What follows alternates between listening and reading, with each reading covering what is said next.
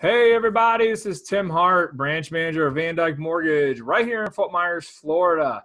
Got a really special guest with me today. He's a friend of mine. Have Jeff Tumbarello from Southwest Florida Real Estate Investing and Steelbridge Realty. Jeff, I see the sign up there, buddy, right behind your head, so you can't miss that. All right. How you doing today, buddy? I'm doing good. How are you? Good, good, good. So Jeff, before we get to know you a little bit, I want to tell everyone that you're a guy in our market here in Southwest Florida that's known for stats. Like you've been following this for years. So I would love for everyone to kind of fill you, or for you to fill everyone in on, who you are, what you do, and then we're going to get down into is basically another, mortgage meltdown coming our way, according to this Fox News report I have right here. So, Jeff, fill us in, man. Tell everyone where you're from and what you do. Well, I'm from Stuart, Florida. Graduated high school, did 4 years in the military, ended up here. My title is I'm a wandering serf with an above-average calculator. In 2004, I think we had the first meeting of the Southwest Florida REIA, and there was 4 of us, and I think we were at a chicken restaurant, a barbecue restaurant, and we all committed to buying 10 chicken dinners to get the room. And our joke is nobody showed up, then we're going to have to eat chicken tomorrow night too, everybody. But that took off like a rocket. Had always owned a mortgage company. You and I were kind of competition back in the boom. When the market blew up, I realized I was actually my wife's assistant for a little while, which she tells everyone. Never lived that down. No, but I was a pretty good assistant, I think, too. I should write a book on it. But eventually got licensed. We are the broker owners of Steelbridge Realty. Steelbridge, we were the brokerage arm of a private equity firm called Silverleaf Advisors. And when the market blew up, we put some funds together. We bought a bunch of bad debt, mainly commercial, and worked through that until the market changed. And then we bought our partner out, and we're kind of just now a boutique firm, and we do the real estate meetings too. Cool. Gotcha. Yeah, you're well known, man. You got a good name in town, so you've done well for your reputation. So kudos to you. And I'd be remiss not to say thank you for your service, sir. Thanks. So while we're talking, you saw it, I saw it, social media last week. We're all friends with Realtors, and boy, this Fox News report here hit a hot spot. So I got it printed right here. I'll put the link of the article in the comment section so people can find it. I saw you did a video about it. I saw my buddy Jayla Gase was all over it too. So, let's, for those of you who haven't seen it, I'm going to read the first few lines, if that's all right, Jeff. Sure.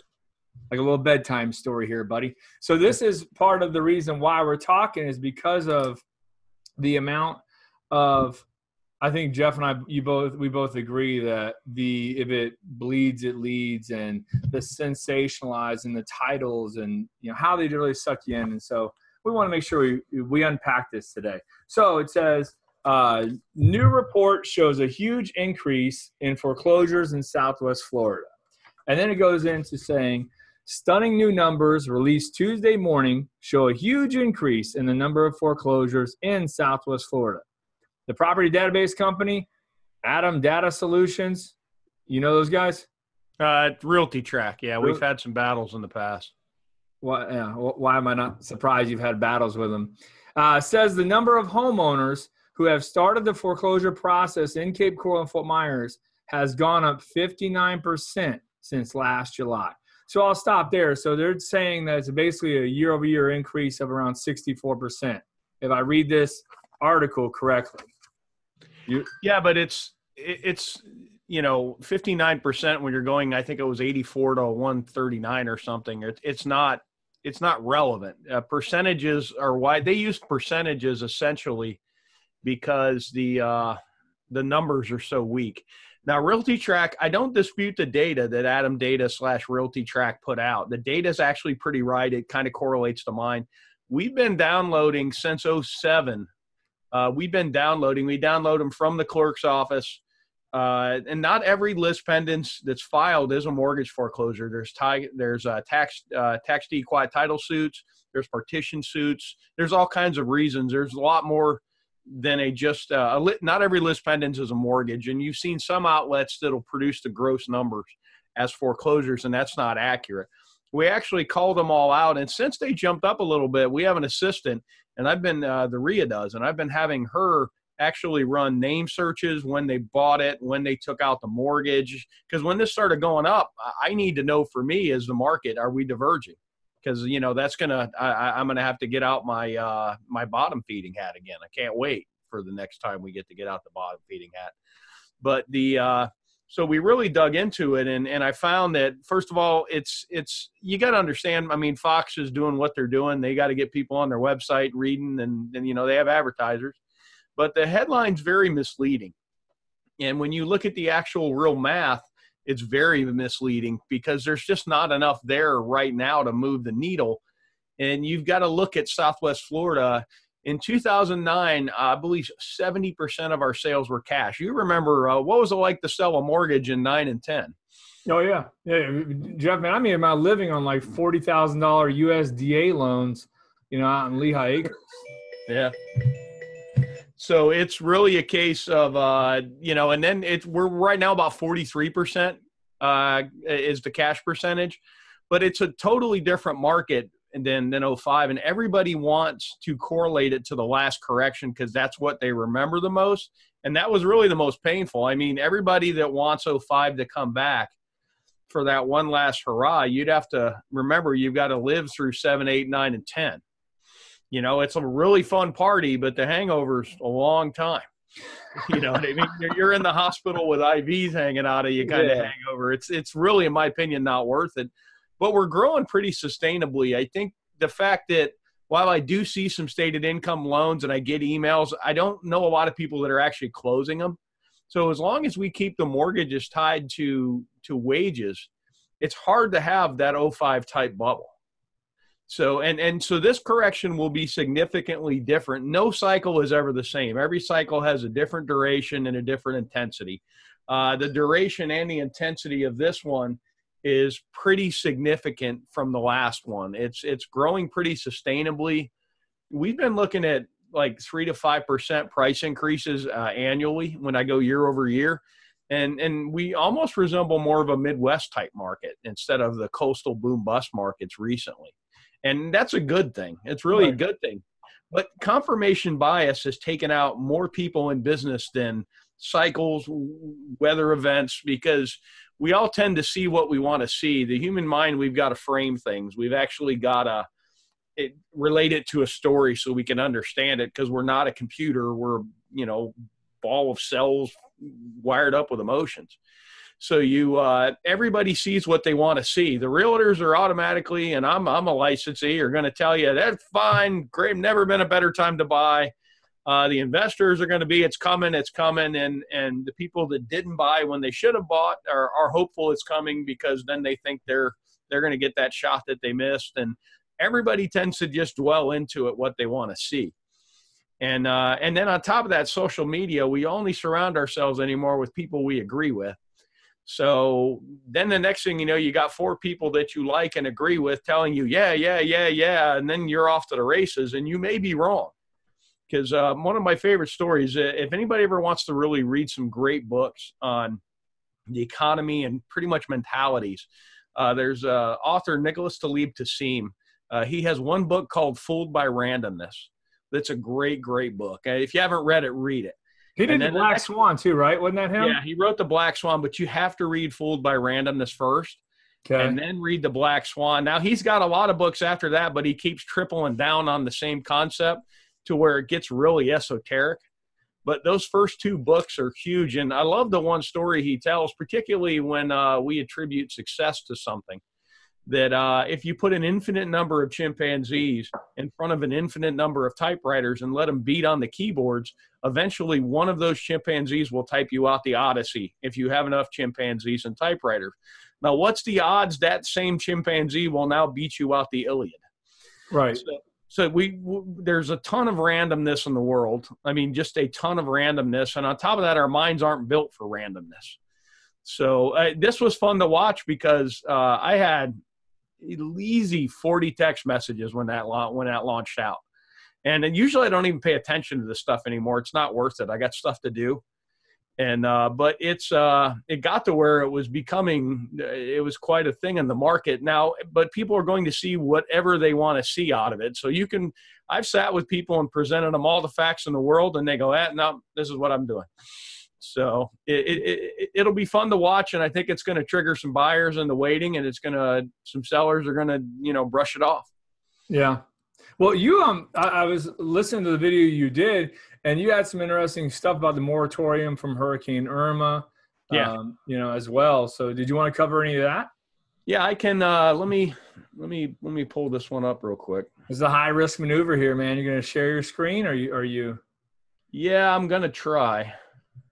Well, while you're doing that, the one thing I noticed from the mortgage side when it pertains to this market and looking back at 04, 05 and the buildup to that crash, the mortgages we've written since 08 are so solid, or as solid as you can get on a mortgage. I mean, ask any self-employed commission-based person, how it is to obtain a mortgage, and they'll tell you how hard it is. And so, I mean, from 08 to now, everything we're writing is full doc. I mean, you see some bank statement programs coming out and a few other things like that, but you don't have the toxic, basically, mortgages. It's not there. Third and fourth quarter of 04 and 05 for sure. I mean, I was in the mortgage business, and I was in awe of what an account rep would walk in the office and say, "Here's the new program," and I was in awe.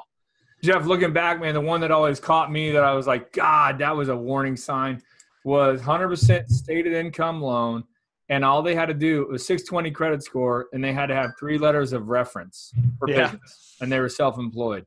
Actually, what really jacked the lot market was, and the lot market is really what, it really took the construction prices up, was those 100% full doc fifth third lot loans. I mean, you got to where when that happened, lots went. My favorite story at the REIA, a couple of us acquired a Lehigh lot, sold it, put it in a trust, and a year later, the same trust with a different trustees floating around a REIA meeting trying to get sold, and it was $30,000 more, and we thought we were brilliant when we sold it. Left money on the table. Yeah, I was like, go home. I'm an idiot. I should have waited till last night to sell it. I had $30,000 more. But, the leverage definitely affected the market. I'm going to go ahead and try and do the screen share here. I think it's going to let me, actually. I'm nervous for you. I'm nervous. There you go. It's coming up. Okay. There you go. Here you have the foreclosures from January of 15 forward. And the linear trend line is significant because it kind of shows where it's been going. But this was because of the storm. Okay. And it's one of the rare times I seen something on Facebook that was valid. Everybody was sharing that there was 90 to 120 day kind of moratorium on foreclosure filings. It was actually true. It's the first time I've ever seen something on Facebook shared widely. And there's what I call the sharing cult. They just share things so constantly. And, but it was true. And they stopped filing for a little bit, and then you kind of had a little bit of a backlog. Now it's starting to trend back down, and this month to date, it's not changing. It's trending right. It should not, unless this week we get a ton of filings, should not pierce this peak. So, but this had everybody in a panic. And then here's the cool part. Wait till October, November, December, when we're going against those light numbers. Expect a whole nother bunch.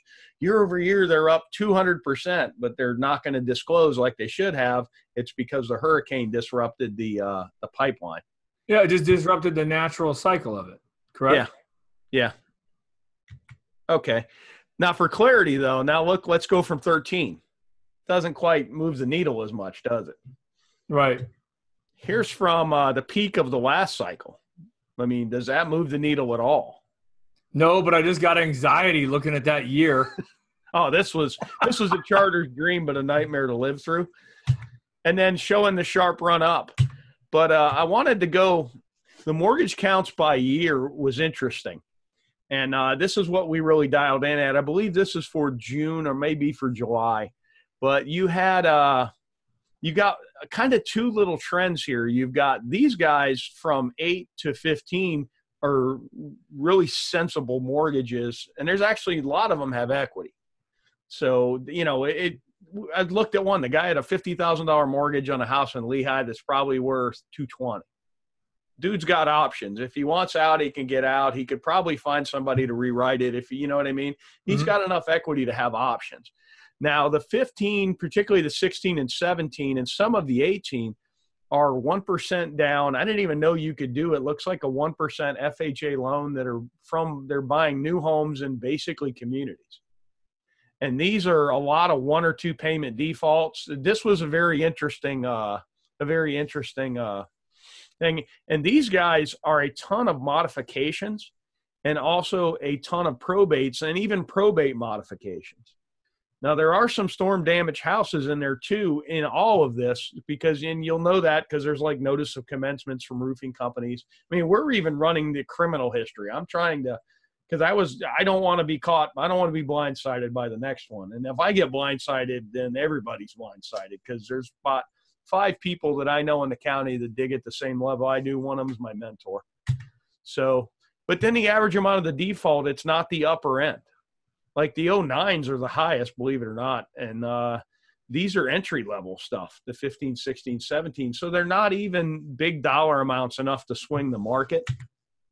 And then the total dollars by year, $2 million worth of mortgages in default in a month that probably have equity don't scare me whatsoever. So it's fascinating to watch, but all of these people are going to see what they want to see, if that makes any sense. The key is to take the numbers, overlay it out on basically actionable outcomes. I'm going to go ahead and stop the screen share. Okay. And overlay it out on actionable outcomes, and then and make a plan that works for you, because everybody kind of has a different trajectory based on your age and your financial picture and intentions and all that. Gotcha. Good information. So, I mean, to wrap that one up for you, there's your forecast. Let's hear Jeff Tumbarello, the forecast for the future, next 3 to 6 months. You know, how do you see things going? Well, the foreclosures are still going to be, I think we averaged out from 15 forward, it was like 92 a month.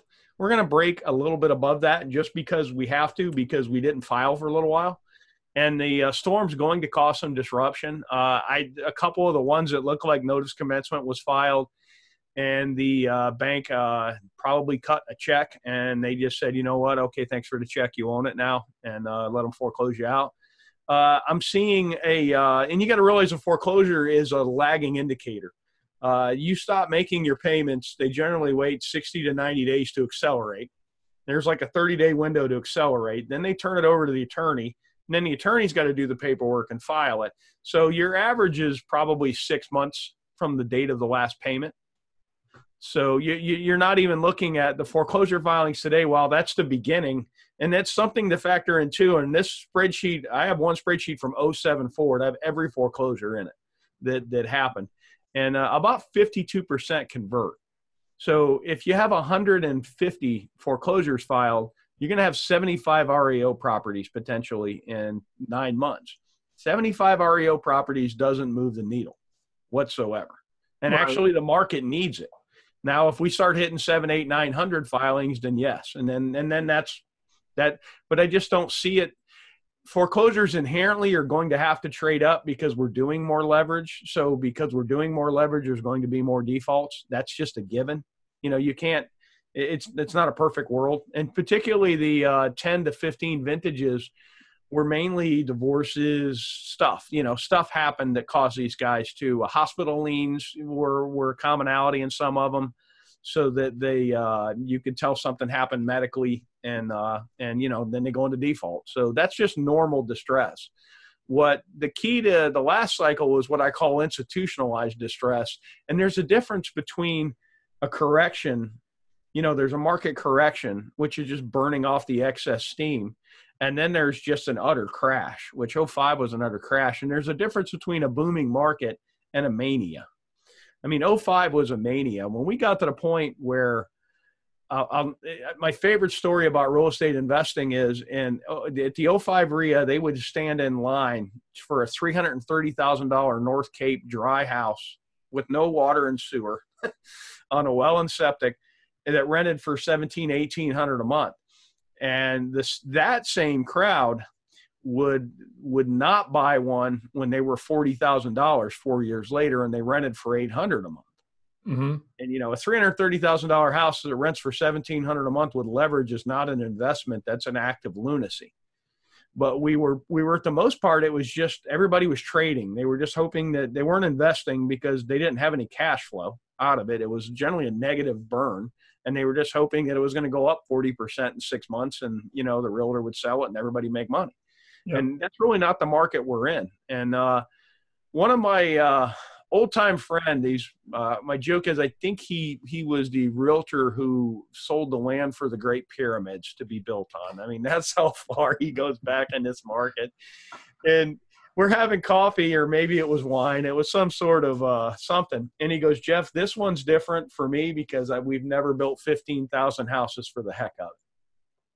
So while we're building and permits are up, we're nowhere near those. And that's kind of the weird thing here, is that even when you look at the homes by the year, we really didn't build many houses for about 6 years because we built 6 years worth of houses in 18 months on speculation. So it's not the same cycle. If we have a bit of a correction, it's going to, I want to say 2000, 2001, there was a little bit of a correction.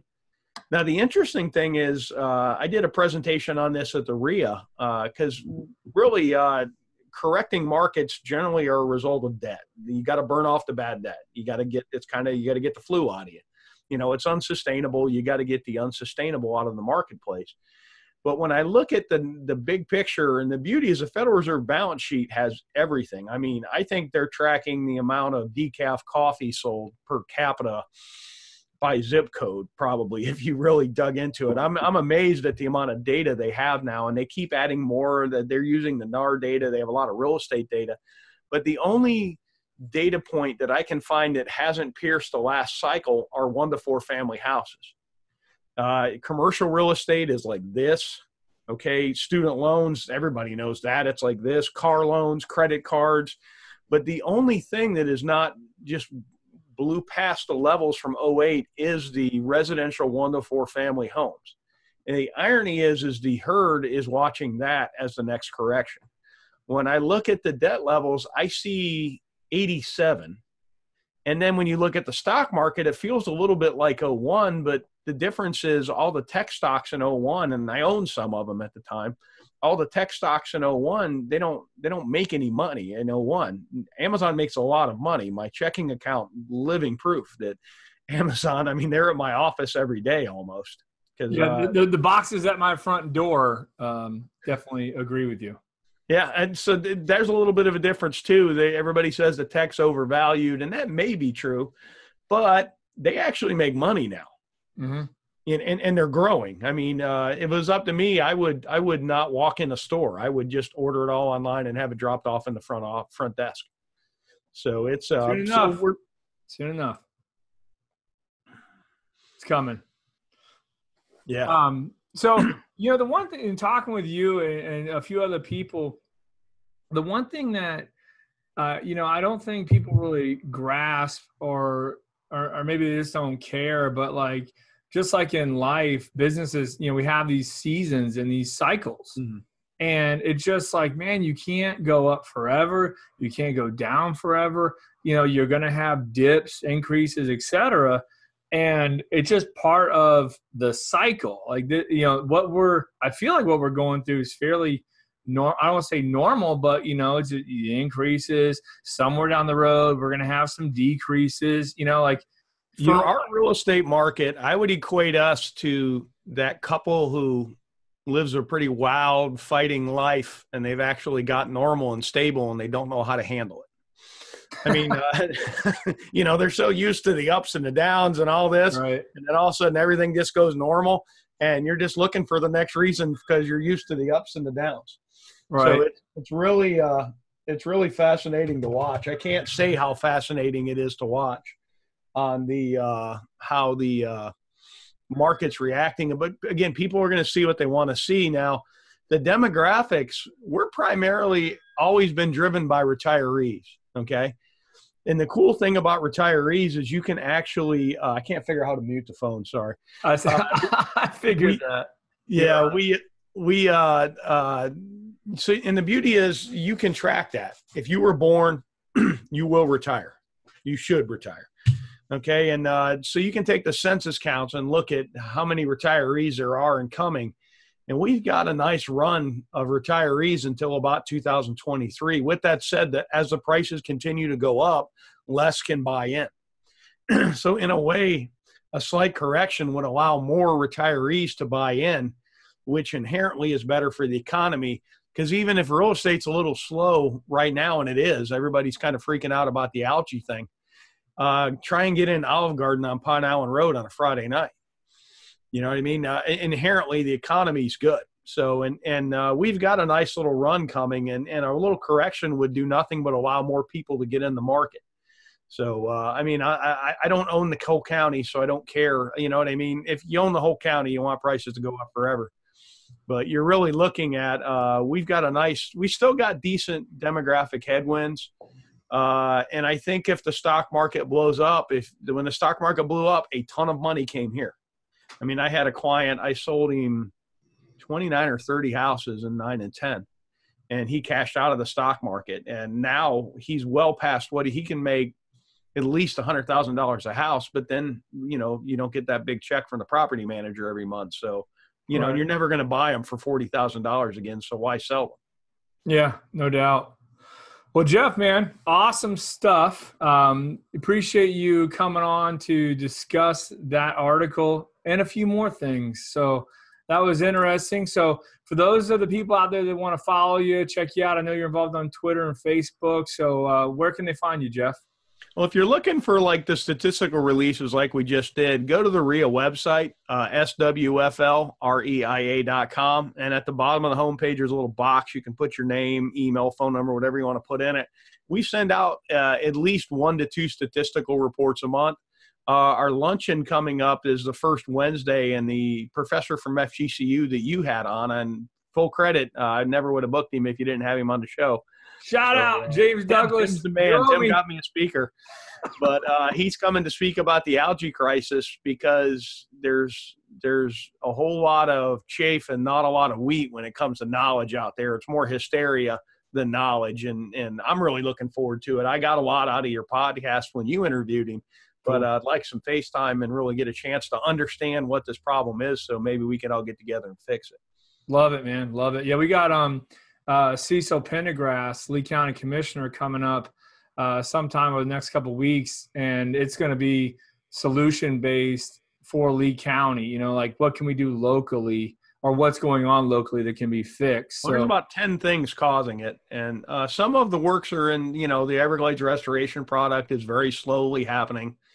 But we talked about this before the show. I mean, they're making drastic changes to something that's never been fixed before. So I don't think I'd rush into it either. You know, fix one problem and cost 5. Well, you know, we'll all keep plugging away on that. That's what we do. And so, Jeff, I really appreciate it. That was fun. You guys, don't forget, you got someone that's interested in real estate, or you realtors out there, you know, share it, you know, like it, do all that fun stuff, get some extra knowledge from Jeff, subscribe to those, you know, all the data and stuff he puts out. He loves this stuff. So guys, again, thanks for joining us. Jeff, thank you, sir, very much. Thanks, Tim. You got it, buddy. We'll talk soon, man. Thanks.